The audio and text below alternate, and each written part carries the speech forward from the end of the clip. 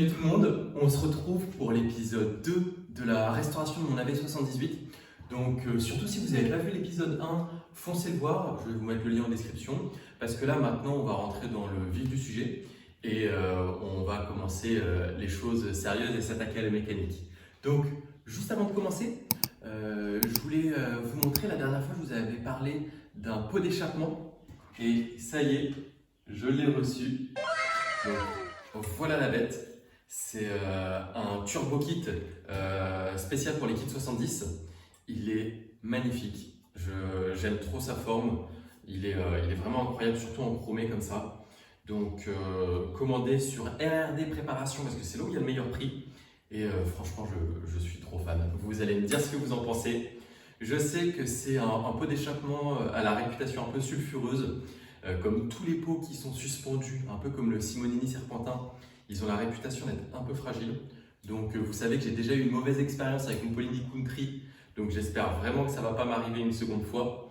Et je sais aussi qu'il fait pas mal de raffus, mais franchement ça je m'en fous un petit peu parce que moi j'utilise les bécanes, c'est surtout pour les balades occasionnelles. Et là, pendant que je vous parle, je me rends compte, alors c'est mal barré, il y en a certains qui vont tout de suite se foutre de ma gueule. Je me rends compte que là, sur le haut de la cartouche, on a déjà du chrome qui commence à s'effriter un petit peu. Donc bon, il faut savoir que TurboKit, c'est une entreprise espagnole assez artisanale. Donc voilà, c'est la conception toujours un peu artisanale justement. On voit les soudures, elles ne sont pas parfaites. Voilà. Mais ça reste un pot qui a, je trouve, beaucoup de charme et qui va aller super bien avec la bécane. Donc moi, je vous propose de ne pas s'attarder plus que ça. Et puis de tout de suite commencer la mécanique, on va démonter la V78. Et c'est parti, let's go! Ok, let's go!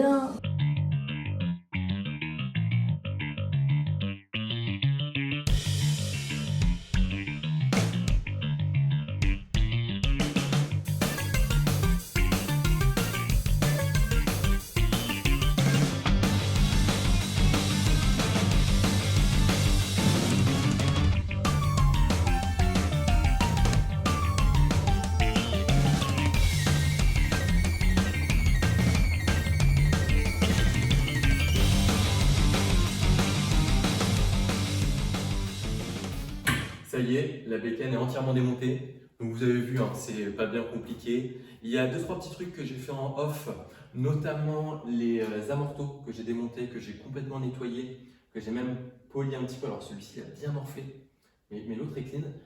Et autre chose que j'ai fait en off, j'ai nettoyé le réservoir. Dans l'ancienne vidéo, dans la précédente, je vous avais dit que ça puait, que c'était une infection. Et donc j'ai utilisé du Restom SDT 4060. Et en fait, c'est la première étape du kit Restom complet pour restaurer les réservoirs. J'ai pas fait le kit complet tout simplement parce qu'il y a des gros impacts que je vais devoir rattraper. Et je le ferai dans un second temps en même temps que la peinture. Là, l'objectif, c'est de la remonter déjà pour vérifier que ça roule bien et s'assurer que tout est nickel avant de faire la peinture et tout le reste. Autre chose que je vous ai pas montré, j'ai appris sur les forums qu'il y avait un défaut majeur sur les Airsal 65 et 70cc. En fait, la cage à aiguille a beaucoup de jeu à l'intérieur du piston. Et donc le risque, c'est que la cage à aiguille se mette complètement sur la gauche ou sur la droite et que l'extrémité soit pincée entre l'axe de piston et la bielle. Et là, du coup, ça peut casser. Donc je vais vous montrer des photos. En fait, ce que j'ai fait, c'est que j'ai mis 2 rondelles de chaque côté de la cage à aiguille et surtout aussi, j'ai utilisé une cage à aiguille renforcée. Donc là, normalement, je ne devrais pas avoir trop de problèmes de casse, j'espère. Donc là, vous voyez, j'ai monté le pot d'échappement aussi en off sur le moulin. Ah oui, et aussi, il y a une chose que je vais vous montrer avant qu'on réattaque le remontage. Regardez. Elle est pas belle, cette selle de vélo de course des années 50-60. Alors, j'ai essayé, hein. Elle n'est pas du tout confortable. En fait, le cuir est complètement dur. C'est comme si on s'asseyait sur une plaque de plastique. Il y a quand même des bons ressorts. Et en fait, vous allez voir, ça va vraiment apporter un look mortel à la bécane. Pile ce que je voulais lui donner comme genre.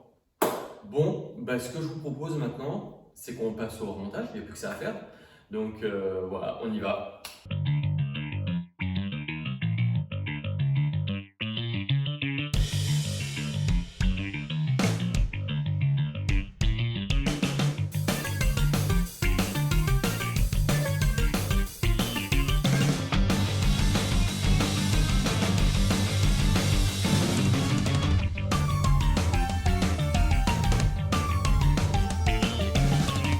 ça y est, la mob est remontée.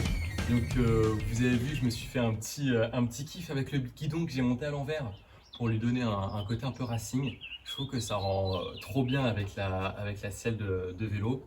Je trouve aussi que là, le pot d'échappement, il est incroyable. J'adore le look que ça donne de manière générale à la bécane. Par contre, il va falloir qu'on s'arrête là. On verra la suite dans une autre vidéo parce que j'ai un petit souci au niveau de l'alignement du moteur.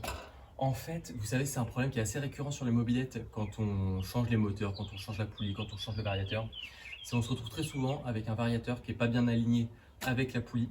Le problème que ça, c'est que du coup, la courroie, elle est tordue et elle risque de se retourner ou de sauter et dans tous les cas, ça l'abîme facilement. Donc là, ce qu'il va falloir que je fasse, c'est que je joue sur les cales de l'axe moteur pour pouvoir décaler le moteur vers la gauche. Donc voilà, il y a un petit peu de boulot à ce niveau-là. On verra ça dans l'épisode précédent, donc n'hésitez pas à vous abonner pour voir toute la suite et voir ce projet se concrétiser de plus en plus. Il y aura aussi le faisceau électrique à faire, il y a encore pas mal de bricoles là-dessus, donc vous allez voir, on va bien s'amuser. Et je vais avoir besoin de vous pour une dernière chose, j'ai besoin de votre avis, que vous me dites si vous préférez avec le garde-boue ou sans le garde-boue. Et enfin en route 19 ou bien en route 17. Donc n'hésitez pas à commenter, moi j'ai besoin de votre avis pour savoir un petit peu parce que j'hésite encore un peu, même si j'ai une idée. Et voilà, donc là j'avais qu'une roue avant en 17, mais l'idée c'est si je passe en 17, c'est de mettre roue avant, roue arrière. Et puis avec des pneus encore un peu plus gros que ceux-là. Je pense que ça peut donner un côté sympa. Bon là vous le voyez, elle est déjà beaucoup plus custom. Mais voilà, dites-moi ce que vous en pensez, j'attends vos retours avec impatience.